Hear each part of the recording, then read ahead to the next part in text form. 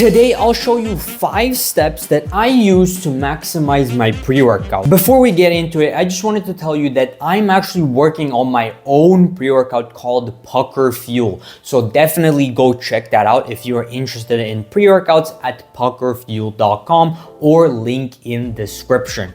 But let's get into the video. Step 1, make sure that you take your pre-workout at least 30 minutes before your first exercise. Timing with pre-workouts is everything. You want the pre-workout to hit right as you start your first exercise. So that's why you have to take it a couple minutes before you actually start doing stuff in the gym. Research actually shows that caffeine's peak plasma concentration occurs 30 to 60 minutes after ingestion. And that is when your energy, your alertness, your mood is going to be at its maximum. So you have to take your pre-workout sometime before you actually go to the gym. To support these claims, we have studies like this: caffeine for the sustainment of mental task performance, where they found that general peak plasma concentration occurs between 15 to 120 minutes after oral ingestion.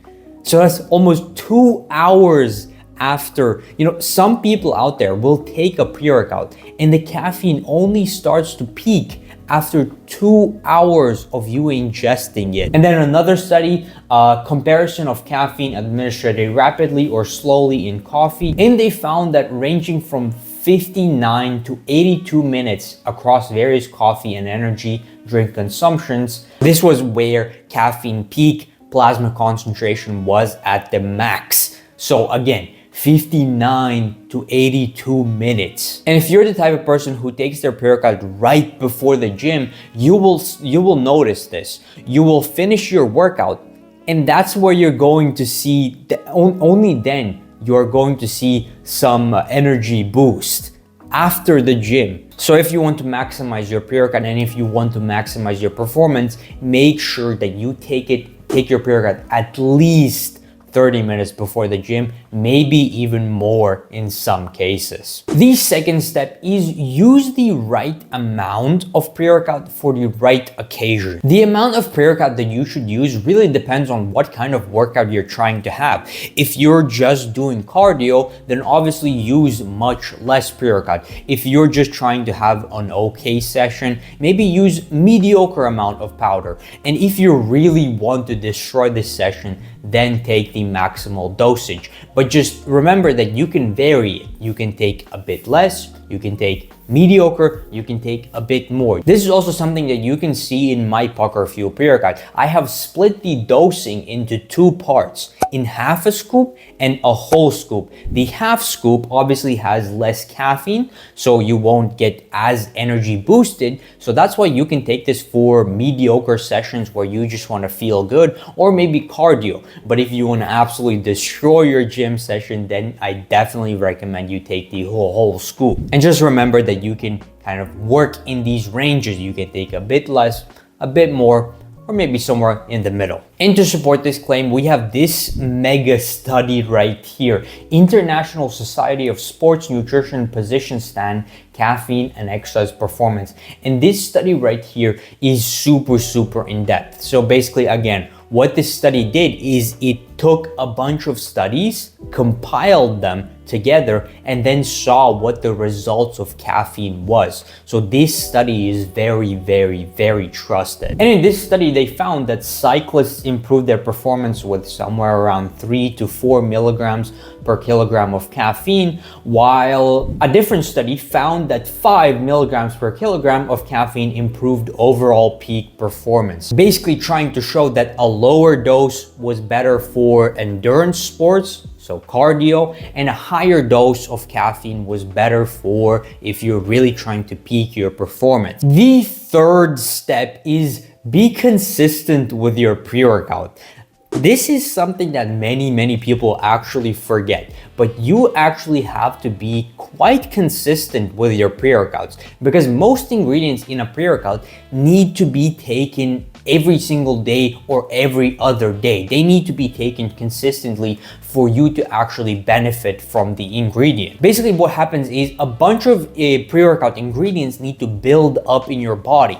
And if you do not take your pre-workout consistently for weeks, for months, that ingredient cannot build up in your body, meaning you don't get the increased performance. You just take your pre-workout once, then the ingredient builds up slightly in your body, but then you don't take the pre-workout for a while, so the ingredient dissipates, it disappears, and it doesn't build up to that saturation point where you want to be. But if you take your pre-workout consistently every single day or every other day, then that ingredient builds up to the saturation point where it actually increases your performance. And contrary to popular belief, this has already been shown in many studies. For example, if we look at the Pucker Fuel pre-workout, we look at the ingredient list, ingredients like citrulline, tyrosine, beta-alanine, betaine, taurine, all of these ingredients, they have been found to work best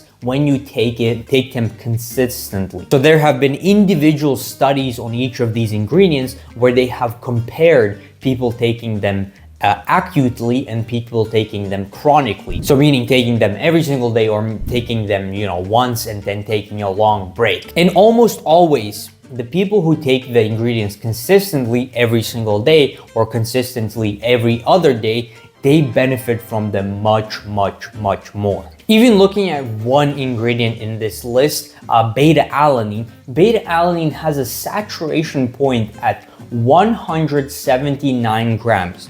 What does this mean? This means that peak performance gained from beta-alanine is when you have ingested 179 grams. If you're taking a dose of 2 grams of beta-alanine every single day, this would take you 6 weeks to reach the saturation point.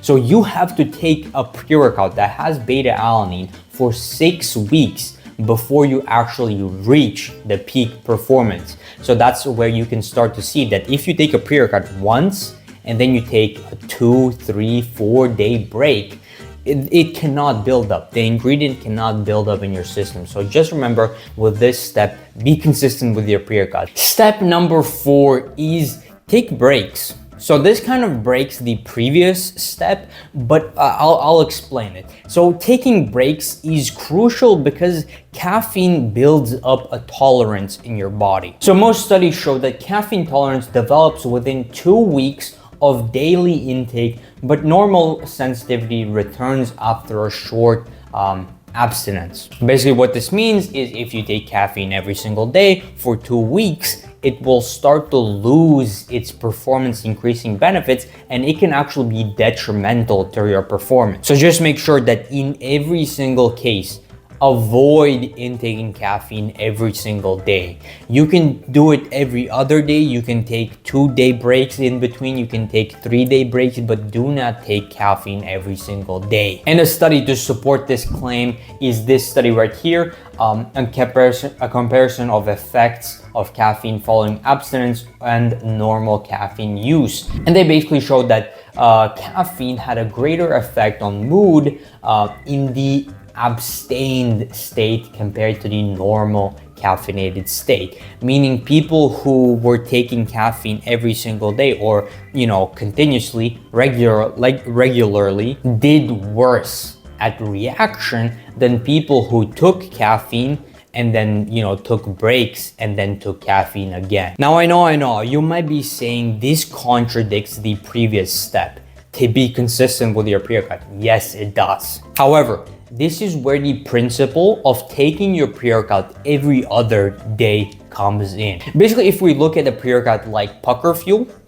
so my own pre-workout, if we look at it, you can take 1 scoop every other day and your body will not build up the tolerance to the caffeine because you're taking a 1-day break in between each session of taking caffeine. But at the same time, you're taking this pre-workout every other day so it can still build up ingredients like beta-alanine, like citrulline. It can still build up those ingredients in the body. So it's basically a win-win. You don't get addicted to caffeine, you don't build resistance to caffeine, and you build up ingredients like beta-alanine to actually increase your performance. So that is step 4. Just remember not to take caffeine every single day, because you do build up a resistance and then you cannot benefit from the caffeine anymore. And lastly, step 5.